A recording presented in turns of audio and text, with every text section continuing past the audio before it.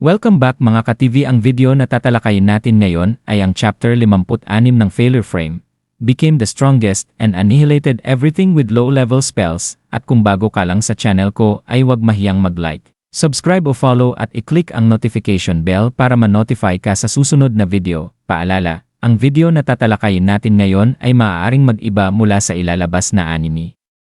Hindi ko inaangkin ang mga drawing o anumang materyales na ipapakita. Ang layunin ko ay magpakita ng suporta at magbigay ng impormasyon tungkol dito. Ang lahat ng kredito ay nananatili sa mga orihinal na may-ari.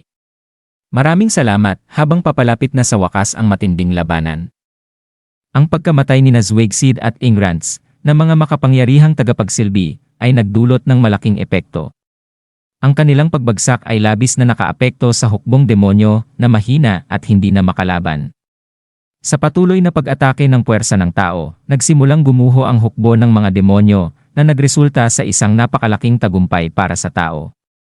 Ang mga sundalo ay nagdiwang at nagbunyi sa kanilang mahirap na napagtagumpayan. Si Memory, ang pinuno ng mahiwagang Effelwaking Squadron, ay nilapitan ni Sogo na naghatid ng kahilingan mula kay Prinsesa Catleya ng hukbong Nea upang makipagkita sa kanya sa kanilang baraks. Pumayag si Memory sa paanyaya. Sa baraks, mainit na tinanggap ni Prinsesa Catleya si Memory. Si Seras, isa sa mga pinagkakatiwalaang kasama ni Memory, ay nalaman ang kanyang tunay na pagkakakilanlan, ngunit tiniyak ni Memory na ang kanyang nakaraan at mga katapatan ay hindi problema. Inamin din ni Seras na limitado lamang ang ibinahagi niyang impormasyon tungkol kay Memory, at tinutukan ito kung paano siya iniligtas mula sa mga Black Dragon Knights. Sa ilalim ng alias na Belzedia, ipinakilala ni Memory ang sarili bilang pinuno ng Effelwaking Squadron at ipinaliwanag ang pinagmulan ng kanilang grupo. Inilahad niya na ang kanilang fraksyon ay humiwalay mula sa mas malaking grupo ng Ashinto na nagnanais ng kasikatan. At pinili nilang manatiling nasa anino. Sinabi rin ni Memory na iniwan na nila ang pangalang Ashinto at sumali sa labanang ito ayon sa hiling ni Seras upang makatulong kay Catleya. At sa kanyang hukbo, ipinahayag ni Prinsesa Catleya ang kanyang taos-pusong pasasalamat sa Effelwaking Squadron sa pagliligtas sa kanyang hukbo mula sa tiyak na pagkawasak. Kinikilala niya ang kanilang pambihirang lakas, kabilang ang kahusayan ni Memory bilang isang estratehista, at ang galing ng kanyang mga mandirigma.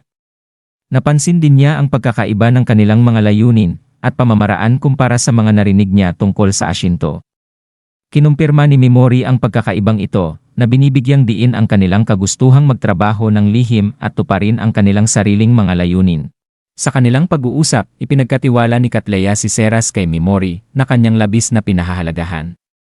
Inamin niya na magiging mas masaklap ang kapalaran ni Seras kung siya ay mapupunta sa ilalim ng kontrol ng Diyos sa Vices. Biniro rin niya si Seras tungkol sa nararamdaman nito para kay Memory, na sinabing naniniwala siyang si Seras ay umiibig ng lubos kay Memory. Bagamat unay nag-aatubili, inamin din ni Memory na labis niyang pinahahalagahan si Seras. Ang palitang ito ay nagpatibay sa kanilang ugnayan, at sinang-ayunan ni Catleya ang kanilang relasyon, umaasa sa kaligayahan ni Seras, habang nagpapatuloy ang mga paghahanda. Tinapos ni Memory at Seras ang kanilang mga plano upang mapanatili ang kanilang pagkakakilanlan at itago ang galaw ng Mess King Squadron. Iminungkahi ni Memory ang pagpapakalat ng maling impormasyon tungkol sa kanilang susunod na destinasyon upang lituhin ang kanilang mga kalaban. Samantala, inasikaso ni Seras ang mga lohistikal na detalye, kabilang ang pagbawi ng kanilang war chariot. Ang talakayan ay nagpakita ng kanilang dedikasyon sa lihim at estratehikong katumpakan. Makalipas ang ilang sandali, si Memory ay nilapitan ni Sogo nang ito ay palabas, na nag-ulat ng kahilingan. Isang bayani mula sa ibang mundo at dating kaklase ni Memory upang makipagkita sa kanya. Ang kanilang pag-uusap ay naging pagkakataon para kay Memory na makakuha ng mahalagang impormasyon tungkol sa mga natatanging kakayahan ng iba pang mga bayani. Ipinahayag ni Ayaka ang kanyang pasasalamat kay Memory sa pagligtas sa kanya at ibinahagi ang mga detalye tungkol sa kanyang sariling kapangyarihan at sa kanyang mga kasamahan. Nakita ni Memory ang kahalagahan ng impormasyong ito at nagpasya itong gamitin upang suriin ang mga potensyal na kaalyado at kalaban. Habang iniisip ni Memory ang mga nangyari sa araw na iyon, kinilala niya ang masalimuot na ugnayan ng mga alyansa, katapatan, at estratehiya na huhubog sa susunod na yugto ng kanilang paglalakbay. Pinaghahandaan niya ang paggabay sa kanyang pangkat sa mga hamon sa hinaharap, at dito nagtatapos ang chapter 56 ng Failure Frame. Maraming salamat sa walang sawang suporta. At hanggang dito lamang po hanggang sa susunod na video. Paalam! Pwede rin niyo ako suportahan sa other social media platforms tulad ng Facebook at Bilibili.